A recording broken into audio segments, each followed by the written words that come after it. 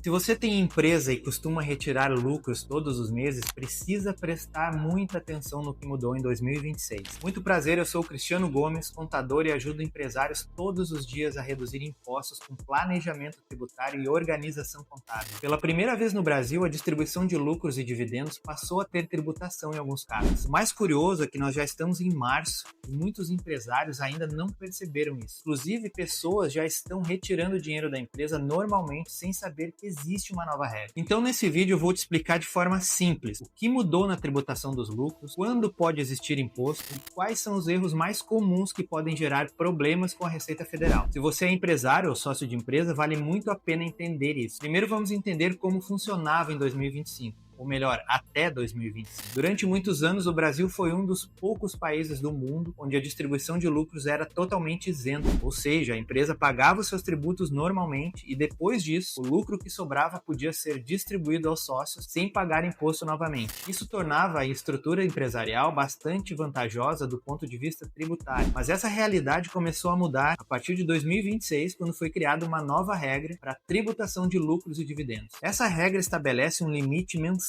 de isenção e hoje funciona assim. Se o sócio recebe até R$50 mil por mês de lucros da empresa, esse valor continua sendo isento de imposto, ou seja, até esse limite nada mudou. Agora vem um detalhe muito importante. Se o valor recebido ultrapassar R$50 mil por mês, a tributação não acontece apenas sobre o excedente, ele passa a incidir sobre o valor total que foi distribuído naquele mês. E esse ponto gera muita confusão. Vamos imaginar o seguinte: suponha que um sócio receba R$40 mil de lucros em um determinado mês. Nesse caso, continua tudo isento. Agora imagina esse mesmo sócio recebendo R$60 mil em um mês. Como esse valor ultrapassa o limite de 50 mil, a tributação passa a incidir sobre os R$60 mil e não apenas sobre os 10 que ultrapassaram o limite. Ou seja, passou de 50 mil no mês, o imposto passa a atingir o valor total distribuído. Esse imposto deve ser retido pela empresa pagadora e recolhido ao governo federal já no mês seguinte. E isso traz uma consequência importante. A distribuição de lucros deixa de ser apenas uma informação anual, ela passa a exigir controle mensal dos empresários e dos contadores. E aqui entra um ponto que muitos empresários ainda não entenderam. Para saber se existe imposto a pagar, o contador precisa saber exatamente quanto foi retirado da empresa em cada mês. E na maioria das vezes, essas retiradas aparecem na movimentação bancária, transferências para a conta do sócio, pagamentos pessoais feitos pela empresa ou retiradas que não foram registradas corretamente. Se o contador não tiver acesso à movimentação financeira da empresa, fica muito difícil saber se existe imposto a pagar ou não. Por isso, cada vez mais os escritórios contábeis estão pedindo acesso aos extratos bancários das empresas. E isso não é apenas uma questão de organização, é uma necessidade para cumprir corretamente as regras fiscais. Agora eu quero te mostrar 3 erros muito comuns que podem gerar problemas com a Receita Federal. O primeiro erro é misturar despesas pessoais com despesas da empresa. Por exemplo, pagar despesas pessoais com o cartão da empresa, fazer transferências para a conta pessoal sem registro contábil adequado, ou utilizar o cartão da empresa para gastos particulares. Muitas vezes o empresário não percebe, mas isso pode ser interpretado como distribuição de lucros e, dependendo do valor, pode gerar tributação. O segundo erro é distribuir lucros sem ter o lucro contábil. Muitas empresas fazem retiradas olhando apenas o saldo bancário, mas para distribuir lucros corretamente é necessário ter lucro apurado na contabilidade. Ou seja, é preciso ter escrituração contábil regular e demonstrações que comprovem esse resultado. Sem isso, a Receita Federal pode entender que aquela retirada não é lucro, e sim uma remuneração. Nesse caso, pode haver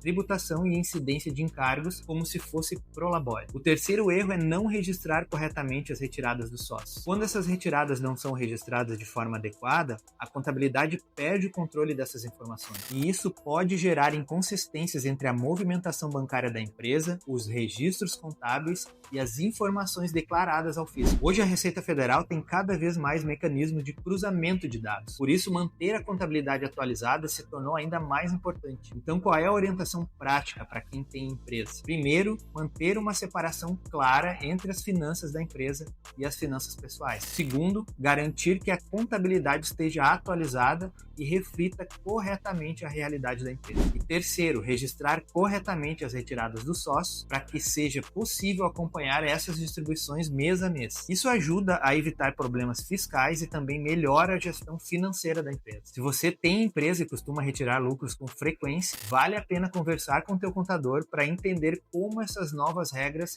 podem te impactar. Cada empresa tem a sua realidade e um bom planejamento pode evitar surpresas lá na frente. Se esse conteúdo foi útil para você, aproveite para se inscrever no canal. Aqui eu sempre trago orientações práticas sobre contabilidade, impostos e gestão para empresários. Se você conhece alguém para quem faça sentido, envie esse vídeo para essa pessoa. Pode ser uma informação muito importante. Até o próximo vídeo.